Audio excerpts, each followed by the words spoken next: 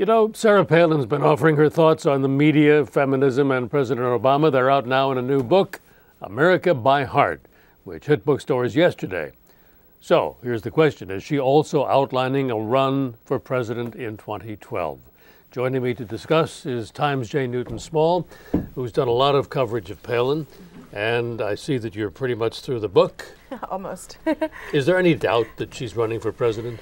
I mean, look, she hasn't declared, she hasn't formed an exploratory committee, but she certainly is out there, and not just, with this book, but also with her reality show on the Learning Channel, really making a case on why America needs change, essentially, or needs to get away from the Obama policies. And she's highly critical in her book about Obama, about his policies, about, the stimulus, about healthcare reform, even financial re-regulation. She's pretty detailed in her, criticisms of these bills, and also what she might do to change things if she were in power. So certainly this is a political book. Sure. And before we get to some of the details, I heard the other day that there were people on the ground in Iowa looking for office space. What does that tell you? Actually, no. I asked her staff about that, and they said that was just a rumor. It wasn't actually the truth. They're not looking for office space.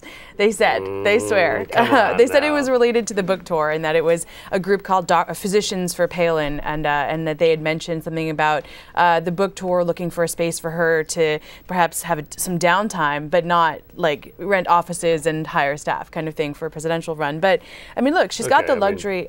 You know how reporters are. We stay skeptical. Those guys weren't there checking corn and hog prices, were they?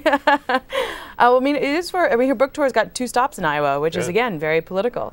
But I think that she's also got the luxury of a late entry if she does decide to run for president, because she's got the name recognition. She doesn't need to sort of like Tim Palente, who's the governor of Minnesota, sort of go out there and explain to people who he is, his biography. People already know who she is and her biography, so she can wait until May or June if she wants to throw her hat in the ring. So I think it's not something that we're going to find out whether or not she's running for many months. If she waits that long, though, and there's another front runner who is emerged by then that becomes another battle.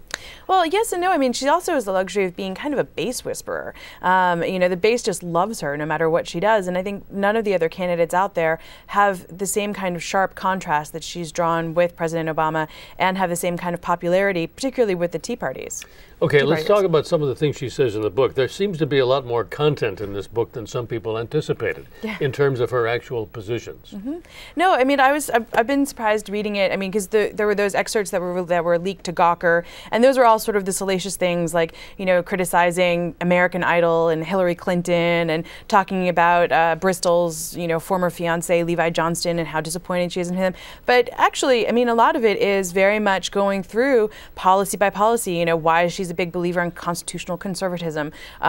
Going back, she spends a lot of time quoting Alexis de Tocqueville and Thomas Jefferson. It's almost as if she's sort of saying page by page, look, Katie Couric, not only do I read all these things, and I read a wide breadth of things. And she quotes everything from emails that soldiers have sent her, that her uncles sent her, to, again, historical writings, to newspapers and magazines. So she's got a wide breadth there. And interestingly enough, she makes a point, I think, in the book, that both the Republican and the Democratic Party have strayed away from the kind of constitutional conservatism that she endorses.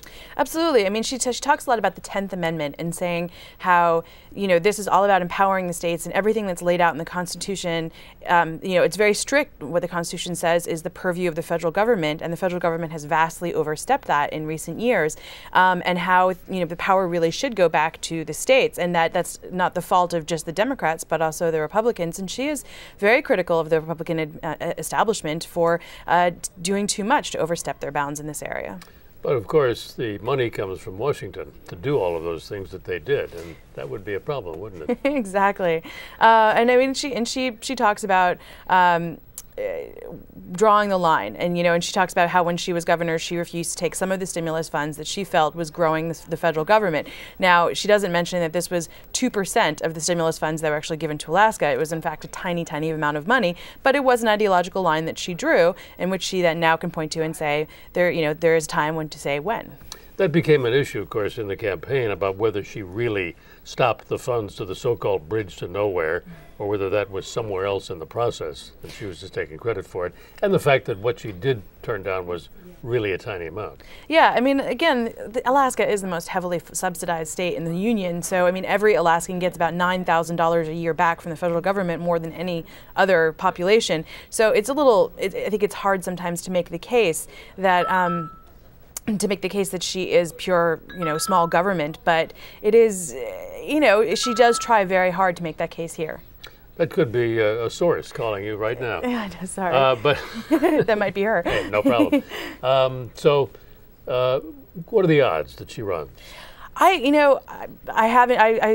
think that just from watching her, that I think that she is going to run. I mean, that's just my own personal opinion, and talking to her staff and talking to sources. But I just think that, she's done an amazing job of keeping her name in the news and really turning around from a year ago being this sort of half-term governor who everyone thought was, had her shooting star had been finished and that was it. She was done.